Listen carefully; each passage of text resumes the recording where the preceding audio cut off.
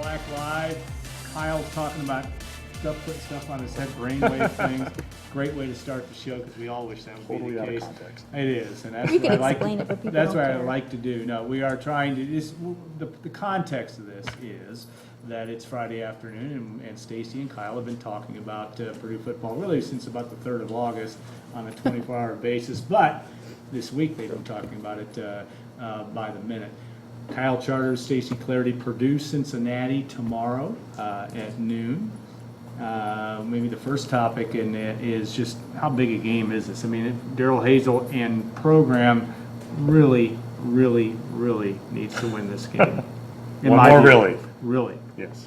Well, I mean, I kind of wrote about this in my prediction that has yet to be posted. But Use it anyway. to me, is this, if they lose this game and beat Nevada, isn't that the same as winning this game and losing to Nevada? Like, what makes this game bigger than the next game? How? You know what I'm saying?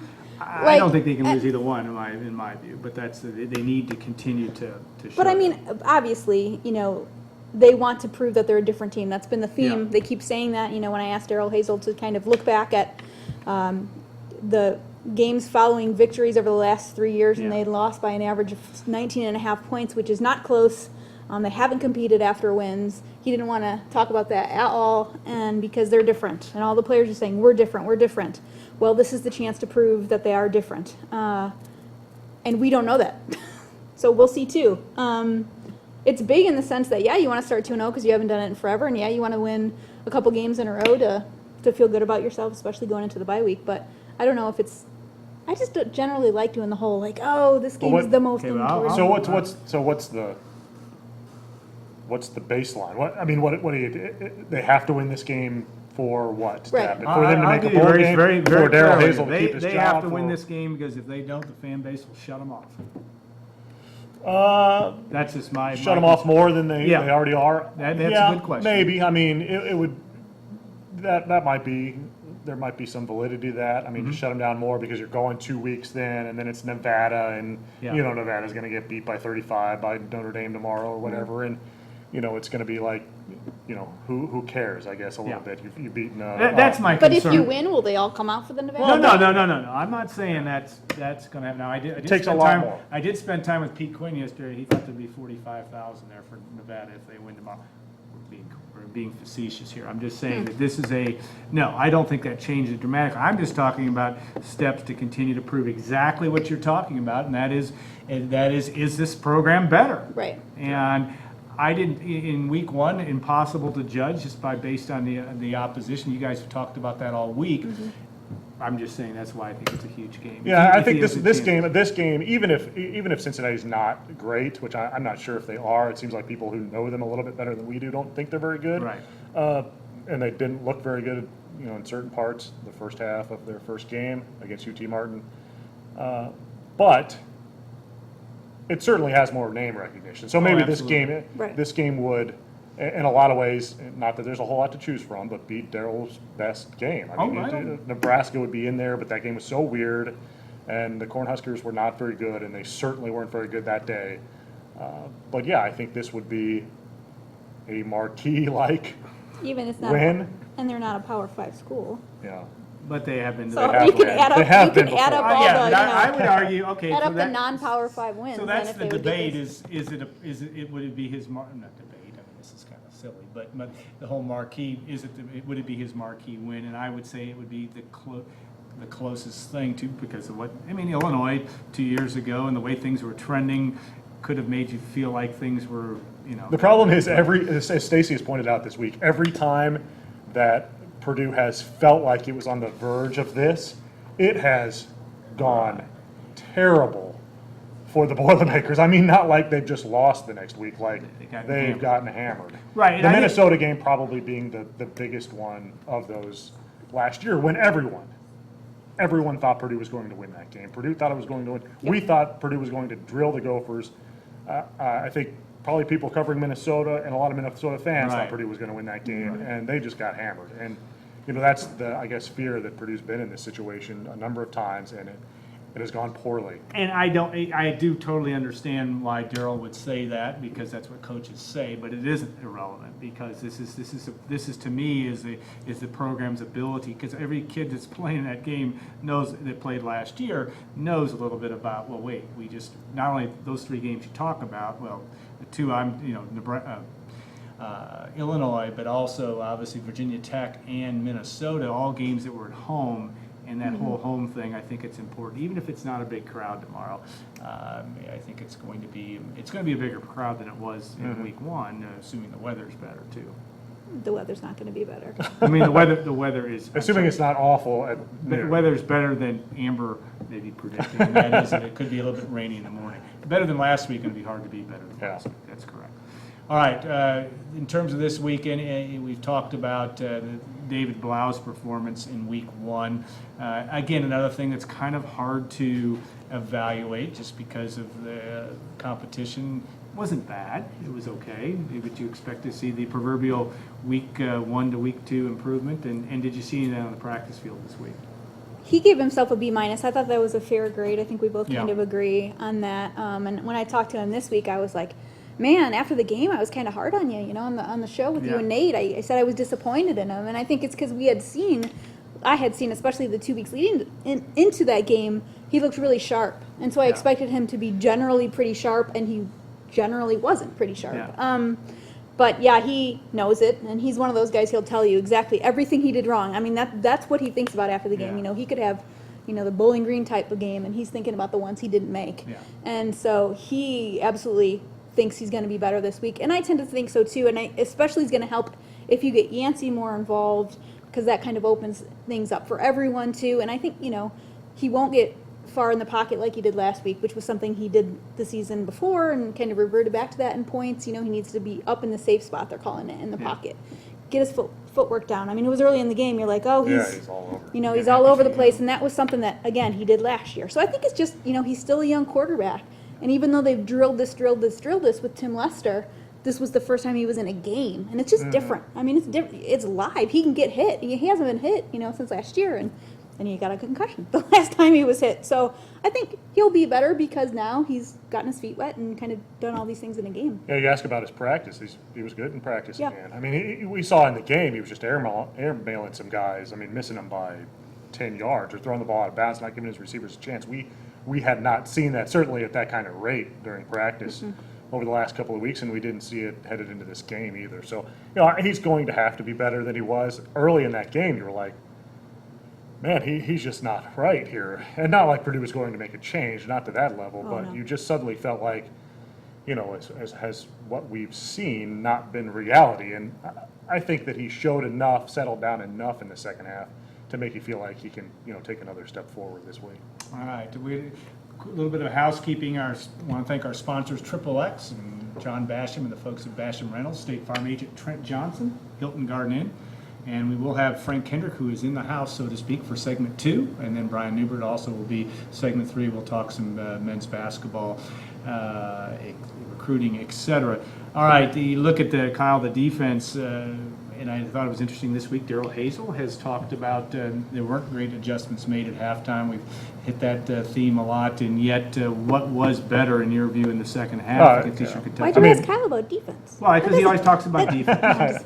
I'm just playing. And then I do. Stacey, I'm you'll just be playing. like, You did that, Let her roll. like that. We have these things. We're set now. I'm the offense, and he's the that's what I We probably need to get out of that Yeah. pigeonholing ourselves. Like Sorry. a It could hurt your career. Character Yeah. actor. The defense, I think I agree with, what Daryl Hazel said after the game. It looked like their front just got more aggressive in the second half and did a better job of disrupting what Eastern Kentucky was doing. And Ross Ells, too, on Wednesday said you have to credit the punt team a lot with the performance in the third quarter, because a couple of times, Purdue just won the field position so greatly in that third quarter that Eastern really couldn't do anything to get out of the shadow of their own goal line. So I think that affected a little bit, too. Purdue was more aggressive. They didn't get very many sacks, but the way that game unfolded, they just weren't going to. It was a very fast-paced, in and out of the, not even a huddle, but in and out of the plays, getting the ball out of there. But they did create enough of a problem up front that I thought they played just much better. This will be a different test. I mean, even if Cincinnati had a rough game last week, their skill positions are going to be better. Their offensive line, even if it's a little bit banged up, should be better. And assuming their quarterbacks don't just give the ball away, which they've done now for a year and a half, Yeah. they should be better too. But, as Stacy sort of talked about, or did talk about on our radio show today, we expect that Cincinnati is going to try and do some things to take advantage of Purdue's matchup defense. Cincinnati, I was just set going that to up say. for you. Yeah, go ahead. Put it on the What are they tee. going to try to do with their matchup defense? To match up better? Like Kyle said when we talked about it on the radio today, Cincinnati's going to play 3 and 4 receivers. When they play 4, if it holds true to what we've been told and what we've seen in practice, that means Purdue will play a dime defense, which means 1 linebacker, 1 will be on the field. So if they're spreading guys out here and you have 1 linebacker here and 4 linemen, 2 safeties maybe, we don't know. Depending on what the coverage they're playing, Yeah. they could shade those safeties out. Wide open middle. Yeah, they're going To be able to hand off the ball. This has been and our- so that's again, that's It's been our concern since the spring. Right. The teams are going to do this, and why wouldn't you? Spread them out, run the ball. So can the front, Juwan slow him Bentley down should and have can 47 Juwan? tackles. Well, He they was- might have If he to. doesn't get blocked. Right. So that's what's going to be interesting, I think, challenge for the defense this week. And maybe they will decide if they get, if they don't do well in that, they'll move and do a different. Well, maybe there's a they'll counterpunch change. that we I don't know. Yeah. It's possible. You hope Yeah. so. Yeah, and you look at Cincinnati, and there's been a lot of talk, obviously, about Gunnar Kiel, or at least quiet talk about what's happened to him. For possible NFL first-round draft pick, he's found himself number 3 on the depth chart, and been some talk that certainly Marcus Freeman won't give away all of what he had talked about on Stacy's interview with him on Wednesday, but Purdue is at least he's in their sights, or is there some gamesmanship going on, or do we have any idea whether Ross L. said it too on Wednesday. Expects Yeah. both guys to play. Russell Johnson, who covers the team for the Bearcat Report, thinks they'll play more than 1. We'll see. Gunnar Kiel I think he's on the Maxwell preseason watch list. And he's the He's third on string. the first-round draft board. From Yeah, was. he's the third string quarterback for Cincinnati, a team that is struggling a little bit offensively. I know he's been hurt. I know he has a history. He also is a big dude with a big arm. Yeah. I don't know why. I don't know why he's not out there. Yeah, he went AWOL, maybe before, or decided he wasn't healthy enough to practice supposedly for the bowl game, and then thought that he should have a starting opportunity after that. And whatever happened, it's hard to know, but yeah, he seems to be a guy that would test Purdue. I think Purdue's wise to prepare.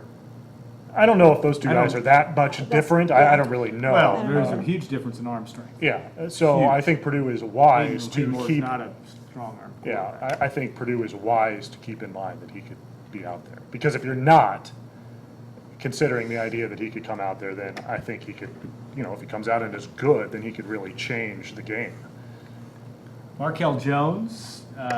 He's good. Really was impressive in week 1 and 145 yards rushing, and seems to have he makes me nervous only because he likes to deal out as many blows as he takes, and that always makes me nervous if you're a Purdue observer in terms of that shoulder injuries. And I know that hasn't been historically been his problem, but he's really looks like he's going to be off to a big year. Yeah, he's fantastic. I mean, I think the thing I like about him, and I talked about this a little bit after the game in the analysis video, was it's hard to find what he doesn't do well. Yeah. And I'm sure there are things that he doesn't do well. He's only a sophomore. You would assume he's not perfect, but I just love the versatility. I mean, we know he's great with the ball in his hands, but he can catch it too out of the backfield, and then you get him in open space that way. I mean, that's such an easy thing to do. I mean, you're just there you go. And then, like you said, I mean, he's a powerful guy too, but he's an elusive guy. I mean, the run that he had, that 20-yard run where, he got out of the hole and then jumped the guy, I mean,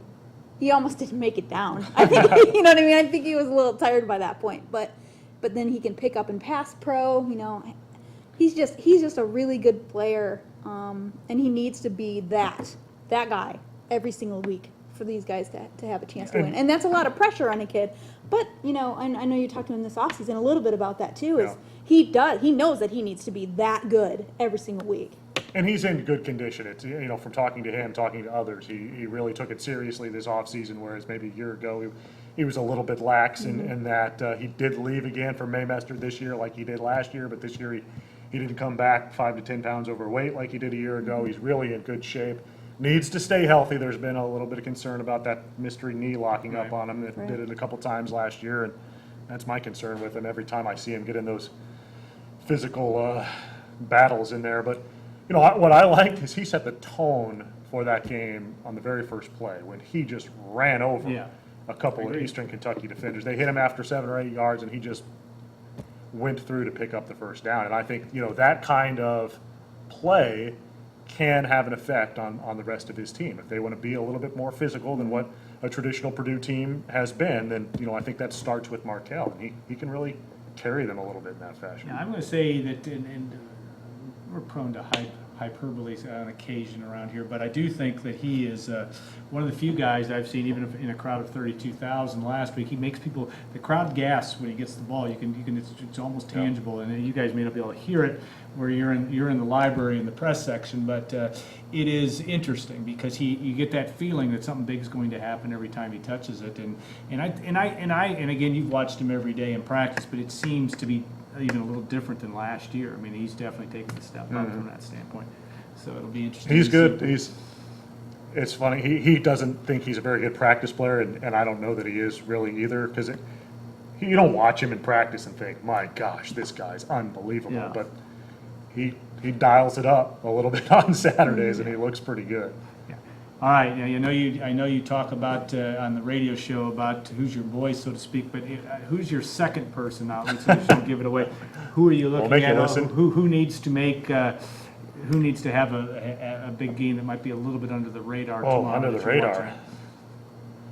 Under the radar, guys. Okay, I I got one. I'm going to go with Brandon Roberts because Cincinnati's best receiver is the slot guy, and Brandon Roberts is the nickelback, which means he's going to be matched up with that guy a lot of times. And I think good for Purdue in that sense, because I think Brandon Roberts just may be their best cover guy, which is crazy because he was a safety last year. Yeah. But he's fast, he's physical. We were surprised in practice, and Cameron Posey's a good player. We like Cameron Posey, but we're surprised, when Posey makes a catch in practice, because Roberts seems like he rarely gets beat. So I think that's good matchup for Purdue, but also is definitely one to watch because I think that kid had 100 yards. A similar answer. This spot to watch is the spot that's probably not going to be filled by DeJuan Hunt again this week, I think. I mean, that cornerback spot Purdue needs to solve if Hunt's not going to be back. I would imagine if he's not back Saturday, he'll be back in a couple of weeks, but Purdue has struggled there, and if they continue to struggle there, will they go to one of the young guys, probably Josh Hayes, because I think that while he might be inexperienced, he is inexperienced and perhaps will be prone to mistakes. I like what I've seen from him. That was a great play down the field against the big 6'6" receiver for EKU. He made a great play. If Purdue struggles at that spot early, I wouldn't be surprised to see them move to him. A lot to watch tomorrow, and we'll be doing so noon kick in Ross-Ade Stadium. All right, there's others. Really, this is probably one of the better radio shows. I've only listened to about half of it so far, but up to the part when I come on, so it was good at that point. But some really interesting commentary by on a number of fronts, I thought, this week. So we'll make sure you check that out as well. All right, we're going to take a break and bring in the legendary Frank Kendrick. And we'll enjoy a good long conversation with Frank. He is going to be inducted into the Hall of Fame tonight, and we'll do that in a couple of minutes on Golden Black Live.